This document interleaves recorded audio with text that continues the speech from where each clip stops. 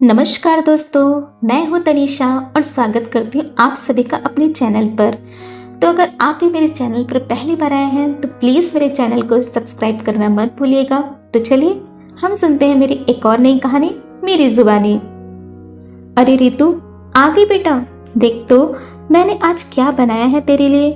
मटर पुलाव और टमाटर की मीठी चटनी, बिल्कुल जैसे तुझे पसंद है। जल्दी से मुंह हाथ धो ले बेटा, मैं खाना लगा देती हूँ, कल्याणी जी ने अपनी बेटी से कहा जो अभी अभी हॉस्पिटल से आई थी। मन नहीं है माँ आज, मैं बाद में खा लूंगी, कहते हुए वो ऊपर अपने कमरे में चली गई। कल्याणी जी को थोड़ा अजीब लगा, लेकिन रितु के पापा विनोद जी ने कल्याणी जी से कहा, अरे थक गई होगी, थोड़ा आराम करेगी तो खा लेगी। नहीं जी, मुझे ना जाने क्यों ऐसा लग रहा है जैसे वो परेशान है और हमें नहीं बता रही। आप पूछिए ना, वो आपके ज्यादा करीब है, आपको ही बताएगी। तुम बेकार चिंता कर रही हो। अगर कुछ होता तो रितु सबसे पहले मुझे बताती, लेकिन फिर भी अगर तुम्हें ऐसा लगता है तो मैं उसे जरूर बात करूंगा। उधर रितु चुपचाप अपने कमरे में आकर बिस्तर पर लेट गई। लेटे लेटे अपने पंखे को देख रही थी और उसके आंखों में आंसू आ गए। लेटे लेटे उसे आज सब कुछ याद आ रहा था। रितु अपने माता पिता के इकलौती संतान, दिखने में सुंदर और सबसे ज्यादा इंटेलिजेंट थी। बचपन से एक ही सपना उसने देखा था कि वो डॉक्टर बनना चाहती थी और उन लोगों की सेवा करना चाहती थी जिनके पास इलाज को पैसे नहीं हैं। वो एक निःशुल्क अस्पताल खोलना चाहती थी। उसने डॉक्टरी की पढ़ाई की और उसकी वो एजुकेशन भी पूरी हो गई और अब वो मिस्टर प्रदीप अग्रवाल, जो कि शहर के जाने माने सर्जन थे, उनके अस्पताल में प्रैक्टिस कर रही थी। प्रदीप जी का हॉस्पिटल उस शहर का सबसे बड़ा हॉस्पिटल था। रितु को जब उनके यहाँ प्रैक्टिस करने को मिला तो वो बहुत खुश थी। प्रदीप जी का व्यक्तित्व काफी आकर्षक था। हॉस्पिटल की कई लेडी डॉक्टर और नर्स उन पर फिदा थी। रितु ने जब उन्हें देखा तो एक पल के लिए वो भी उनकी कायल हो गई, लेकिन फिर अपने लक्ष्य को उसने सर्वोपरि रखा। कुछ दिन यूं ही अच्छे से गुजर गए। प्रदीप अक्सर रितु के काम और उसके काम के प्रति समर्पण की तारीफ किया करते। रितु ना चाहते हुए भी उनकी तरफ खींची चली जा रही थी। शायद उसके दिल में प्यार के अंकुर फूट पड़े थे। रितु भी अक्सर ये नोटिस करती कि प्रदीप भी उसे फॉलो करते हैं। रितु को अक्सर घर छोड़ना, कभी कभी उसे कॉफी पर ले जाना, उसके लिए अक्सर पीले गुलाब लेकर आना, क्योंकि पीले गुलाब रितु को बहुत पसंद थे। उसे हमेशा अपने साथ रखना, बेवजह उसे अपने कैबिन में बुलाना, इन सब बातों से रितु भी उनकी भावना को समझ रही थी, लेकिन वो कुछ न कहती। एक शाम काफी देर हो गई, क्योंकि उस दिन एक एक्सीडेंट का केस था। ऑपरेशन करने में रितु प्रदीप का साथ दे रही थी। रात के 11 बज चले थे। रितु ने पहले ही घर पर फोन करके बता दिया था कि आज देर हो जाएगी, तो कल्याणी जी और विनोद जी निश्चिंत थे। रितु घर जाने के लिए टैक्सी बुक करने लगी, तभी प्रदीप ने कहा, रितु मैं तुम्हें घर छोड़ दूंगा, इतनी रात को अकेले जाना ठीक नहीं है। मैं चली जाऊंगी सर, खामखा आपको हमेशा तकलीफ देती हूँ मैं। अरे ऐसा कुछ नहीं है, चलो बैठो गाड़ी में, प्रदीप ने कार का दरवाजा खोलते हुए कहा। रितु कार में बैठ गई। अचानक ही तेज बारिश भी होने लगी। दोनों ही घर की तरफ निकल पड़े। रितु, मैं पिछले कुछ दिनों से तुमसे कुछ बात करना चाहता हूँ, लेकिन समझ में नहीं आ रहा कैसे कहूँ और क्या कहूँ। क्या बात है सर, कोई परेशानी है क्या? रितु ने झिझकते हुए पूछा। आई लव यू रितु, पता नहीं क्यों कैसे, पर चाहता हूँ तुम्हें। रितु एकदम से चौंक गई। प्यार तो वो भी करती थी, लेकिन ये सब इतनी जल्दी होगा उसने उम्मीद नहीं की थी। तुम कुछ बोलती क्यों नहीं? क्या तुम मुझसे प्यार नहीं करती? मुझसे कह सकती हो, जो भी तुम्हारा जवाब हो, प्रदीप ने कहा। लेकिन रितु अभी भी चुप थी। शायद उसे अपनी किस्मत पर यकीन नहीं था। जो चाहा और उसे इतनी जल्दी मिल गया। वो खुश थी। रितु का घर आ चुका था। वो बिना कुछ कहे उतर गई। प्रदीप ने भी गाड़ी अपने घर की तरफ घुमा ली। तभी प्रदीप के फोन पर एक मैसेज आया। वो रितु का था। I love you too. Pradeep के चेहरे पर मुस्कान आ गई। उस दिन से रितु बहुत खुश रहने लगी। प्रदीप ने भी हर तरीके से उसका दिल जीत लिया था। रितु भी उसे देख अपना भविष्य संजोती, शादी, बच्चे, घर और उसका खुद का एक अस्पताल, यही तो उसका सपना था जो कि आज उसे सच होता हुआ नजर आ रहा था। फिर एक दिन प्रदीप और रितु कैबिन में बैठे थे। तब रितु ने कहा, आप अपने घर पर मेरे बारे में कब बताएंगे? किस लिए? शादी के लिए।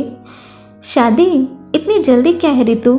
तुम पहले उस मकाम पर पहुंच जाओ जिसका सपना देखा है तुमने, उसके बाद सोचेंगे। प्रदीप ने ठंडे स्वर में कहा। रितु चुप हो गई। फिर प्रदीप ने कहा, कल शाम क्या कर रही हो? कुछ खास नहीं। ठीक है, कल तैयार रहना, तुम्हें लेने आऊंगा। कहीं घूमने चलेंगे, लॉन्ग ड्राइव पर। रितु खुश हो गई। घर पहुंचकर दूसरे दिन की तैयारी करने लगी। बेटे के स्वभाव में आए परिवर्तन से कल्याणी जी और विनोद जी दोनों ही अनजान नहीं थे। वो समझ रहे थे। विनोद जी रितु के पास गए। बेटा, विनोद जी ने रितु से कहा, अरे पापा, आप कहीं जा रही हो? इतनी तैयारी? हाँ पापा, वो प्रदीप सर के साथ। ओह अच्छा। बेटा, बुरा न मानो तो मैं कुछ पूछूं? पापा, मैं जानती हूँ कि आप क्या पूछेंगे। मैं और प्रदीप सर एक दूसरे से प्यार करते हैं, शादी करना चाहते हैं, अगर आपको और मम्मी को कोई ऐतराज ना हो तो। विनोद जी एक पल को चुप हो गए, फिर कुछ सोचकर बोले, रितु, मुझे भरोसा है तुम पर, लेकिन बेटा शादी एक बहुत बड़ा फैसला है। मैं चाहता हूँ तुम दिल और दिमाग दोनों से इस बारे में सोचकर ही कोई फैसला करो।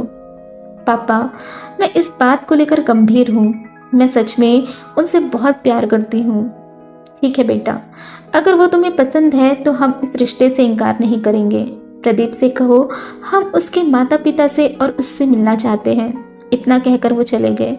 रितु बहुत खुश थी। वो जल्दी से नीले रंग का सूट पहनकर तैयार हो गई और प्रदीप से मिलने पहुंच गई। प्रदीप ने उसे एक तिरछी मुस्कान दी और रितु उसके साथ कार में बैठ गई। प्रदीप उसे शहर से दूर ले गया और एक जंगल के सामने गाड़ी खड़ी कर दी। प्रदीप जी, यहाँ क्यों कार रोक दी? रितु ने पूछा। यहाँ हमारा फार्म हाउस है रितु। जंगल में फार्म हाउस? हाँ, पास ही एक खूबसूरत सा झरना है, चलो तुम्हें दिखाता हूँ। और प्रदीप उसका हाथ पकड़ उसे जंगल के बीच स्थित झरने तक ले गया। वो वाकई बेहद खूबसूरत था। रितु उस प्राकृतिक दृश्य को देखकर बेहद खुश थी। वो खुशी से प्रदीप के गले लगते हुए बोली, थैंक यू प्रदीप जी, ये जगह बेहद खूबसूरत है। मुझे इस जगह पर लाने के लिए आपका शुक्रिया। प्रदीप ने भी उसे अपने आगोश में ले लिया। थोड़ी देर वहां रुककर दोनों फार्म हाउस निकल गए। रितु ने जब वह फार्म हाउस देखा तो वो चौंक गई। वो फार्म हाउस ना होकर एक आलीशान घर था। वो खुशी से बोली, प्रदीप जी, ये तो महल है, कितना खूबसूरत है। तुम्हें अच्छा लगा? तो मुझे भी बहुत अच्छा लगा। कहते हुए वो सोफे पर बैठ गया। रितु पूरे फार्म हाउस को देखने के बाद थक कर प्रदीप के बाजू में बैठ गई। वाकई आपका ये फार्म हाउस तो स्वर्ग से कम नहीं है। रितु ने उसके कंधे पर अपना सिर टिका दिया। प्रदीप उसके गर्म सांसों को महसूस कर सकता था। वो धीरे से उसकी तरफ मुड़ा। रितु के चेहरे को उसके बालों के लटों ने ढक रखा था। प्रदीप ने अपने हाथों से उसकी उन जुल्फों को पीछे किया। रितु भी एक नजर उसकी तरफ देखने लगी, फिर उसने अपनी नजरें झुका ली। प्रदीप ने उसे अपनी तरफ खींच लिया। रितु इसके लिए तैयार नहीं थी और वह प्रदीप के ऊपर गिर गई। रितु की जुल्फों ने इस पर प्रदीप के चेहरे को भी ढक लिया। प्रदीप एक टक उसे देख रहा था। रितु ने अपना होश संभाला और वो उठकर बैठ गई। प्रदीप जी, हमें अब घर चलना चाहिए, देर हो रही है। इतना कहकर रितु सोफे से उठने को हुई तो प्रदीप ने उसका हाथ पकड़ लिया और उसे अपनी गोद में उठा लिया। वो उसे अपने बेडरूम में ले गया। उसे बेड पर लेटाकर वो भी उसके ऊपर आ गया। उसने उसके होंठों को चूम लिया। रितु भी उसके साथ बह रही थी। धीरे धीरे वो उसके कपड़े हटाने लगा कि तभी रितु को होश आया कि वो क्या करने जा रही है। उसने प्रदीप को तुरंत धक्का दिया। प्रदीप दूसरी तरफ लुढ़क गया और उसकी जेब में प्रोटेक्शन था जो वो लेके आया था। रितु ने जब उस प्रोटेक्शन को देखा तो उसका माथा ठनक गया। आप यहाँ मुझे इसलिए लेकर आए थे कि मेरे साथ ये सब? ओह कम ऑन रितु, आजकल ये सब चलता है, इसमें नया क्या है? प्रदीप जी, लेकिन शादी से पहले ये सब गलत है। मैं बिन ब्याहे ये सब नहीं करूंगी। रितु, 21वीं सदी में रह के 15वीं सदी की बातें मत करो। तुम इतनी पढ़ी लिखी हो और वो भी डॉक्टर हो कि ये सब कह रही हो। प्रदीप जी, भले मैं डॉक्टर हूँ लेकिन अपने संस्कार और अपनी मर्यादा जानती हूँ। मैं जानती हूँ कि क्या सही है और क्या गलत। तो फिर यहाँ क्यों आई मेरे साथ तुम? क्या तुम्हें नहीं पता था? तुम इतनी भोली नहीं हो। चाहती तो तुम भी थी, तभी तो यहाँ आई हो। आप ये कैसी बातें कर रहे हैं? क्या वाकई आपको ये लगता है कि मैं यहाँ आपके साथ संबंध बनाने आई हूँ? आपकी सोच इतनी गिरी हुई कैसे हो सकती है? क्या मैंने आपको कभी कहा कि मैं इस वजह से आपके साथ हूँ? मैं आपसे प्यार करती हूँ इसलिए यहाँ हूँ। ओहो, तुम देहाती लड़कियाँ देहाती की देहाती ही रहोगी। रितु जी, मेरी नज़र में यही प्यार है और मैं तुमसे भी यही चाहता हूँ। क्या आप सिर्फ मेरे शरीर से प्यार करते हैं, मुझसे नहीं? रितु की आंखों में आंसुओं का सैलाब उमड़ आया। प्यार तो प्यार है, चाहे वो जिस्म का हो। प्रदीप ने बिस्तर से उठते हुए कहा। रितु को उम्मीद नहीं थी कि जिससे उसने तहे दिल से प्यार किया वो आज इस कदर उसके प्यार को बेइज्जत करेगा। रितु ने अपने कपड़े ठीक करते हुए कहा, अगर आपकी नज़रों में यही प्यार है तो मेरे साथ प्यार का नाटक क्यों किया प्रदीप? मेरे दिल के टुकड़े क्यों किए? मैंने तो तुमसे शादी के ख्वाब देखे थे, लेकिन तुम लड़कियों की यही परेशानी है। उंगली पकड़ाओ तो गर्दन पकड़ लेती हो। क्या मैंने तुमसे कभी शादी के वादे किए? क्या कभी कहा कि मैं तुमसे शादी करूंगा? मैं कभी शादी नहीं करूंगा, और तुमसे तो बिल्कुल नहीं। तुम पढ़ी लिखी होकर भी गंवार और अनपढ़ हो। मैं हर दूसरी लड़की को अपने साथ यहाँ लाता हूँ तो क्या सबके साथ शादी करता फिरूं? रितु का दिल फपक कर रो पड़ा। वो तुरंत वहां से निकल गई।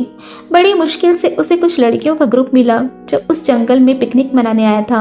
उन लोगों ने उसे लिफ्ट दी और घर तक पहुंचाया। अपने आंसुओं को अपनी आंखों में कैद कर वो अपने घर पहुंची।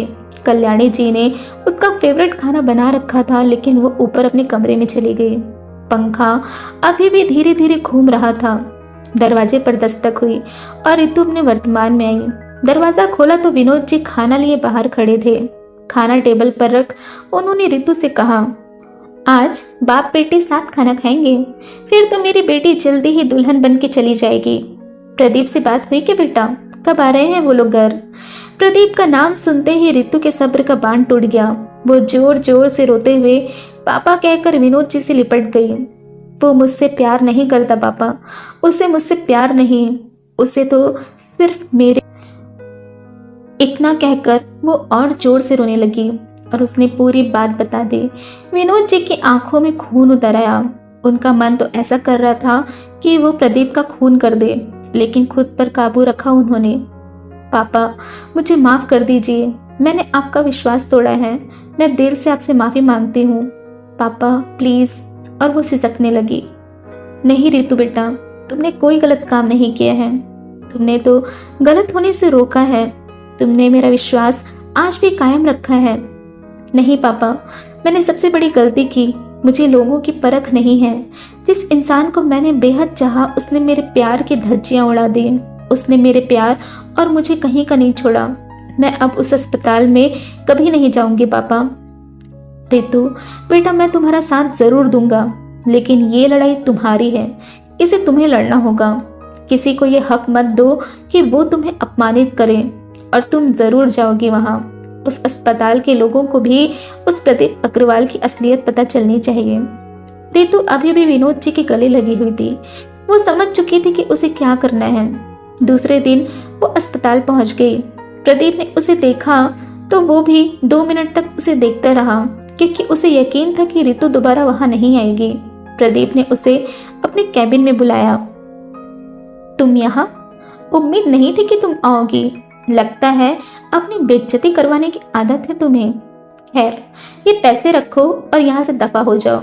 मैं अपने हॉस्पिटल में तुम्हें देखना भी नहीं चाहता, और अगर यहाँ रहना है तो मुझे बिस्तर पर खुश रखो। तुम्हें यही परमानेंट कर दूंगा, किसी को पता भी नहीं चलेगा। तुम भी खुश, मैं भी खुश। बस ये प्यार और शादी जैसी फालतू की चीजें अपने दिमाग से निकाल दो। रितु ने हाथ बांध कर प्रदीप की तरफ देखा। ओह अच्छा, क्या ऐसा करने से मैं एक मॉडल लड़की बन जाऊंगी? मतलब जैसे आपको चाहिए, पढ़ी लिखी मॉडर्न टाइप, जिससे शादी से पहले संबंध बनाने में परेशानी ना हो। प्रदीप अपनी चेयर से उठकर रितु की तरफ आया। बिल्कुल बेबी, जैसा मैं चाहता हूँ। प्रदीप ने इतना कहा ही था कि रितु ने सारे स्टाफ को बुला लिया। सारा स्टाफ, साथ ही विनोद जी भी वहां आ गए। उन सारे स्टाफ ने उन दोनों की बातें सुन ली थी। तभी रितु ने प्रदीप को गाल पर एक थप्पड़ रसीद दिया। वो थप्पड़ इतना जोर का था कि वो टेबल पर गिर गया। प्रदीप सर, भले आपके पास बहुत पैसे होंगे जिससे आप सब खरीद सकते हो, पर मुझे और मेरी इज्जत को नहीं। भले मैं 15वीं सदी की लड़की हूँ, लेकिन मैंने कभी किसी को आपकी तरह जलील नहीं किया। मैंने आपसे प्यार किया था, सच्चे दिल से किया था, लेकिन आपको सिर्फ जिस्म की भूख है। आप मुझे क्या निकालेंगे यहाँ से? मैं खुद जा रही हूँ और ये चेक आप खुद रखिए, शायद किसी दिन आपको ही इसकी जरूरत पड़ जाए। इतना कहकर वो बाहर जाने लगी। विनोद जी ने भी 2 पंच उसके चेहरे पर मार दिए। रितु आज बहुत खुश थी। वो अपने पिता विनोद जी का हाथ पकड़ अपने घर की तरफ चली गई। धीरे धीरे प्रदीप के हॉस्पिटल का नाम खराब होने लगा। काफी सारे लोगों ने जॉब छोड़ दी। मरीज भी अब ज्यादा नहीं आते। उसका हॉस्पिटल आज बर्बादी के कगार पर है। वहीं रितु ने अपने घर पर ही एक छोटा सा क्लिनिक खोला, जो कि गरीबों के लिए निःशुल्क था। उसका वो छोटा सा क्लिनिक भी अब चल पड़ा। धीरे धीरे उसने अपनी प्रैक्टिस दूसरे हॉस्पिटल में पूरी कर ली और आज रितु अपना खुद का अस्पताल बनाने जा रही है, जो कि प्रदीप के हॉस्पिटल से भी बड़ा था। रितु की इस कामयाबी के पीछे उसके माता पिता और उसके लक्ष्य का हाथ था। आज उसका सपना पूरा हो चुका था। तो गाइस, ये थी मेरी कहानी। आपको कहानी कैसी लगी मुझे कमेंट में ज़रूर बताइएगा। तो चलिए, मिलती हूँ मैं आपसे अगली कहानी में। अपना ध्यान रखिएगा। Take care.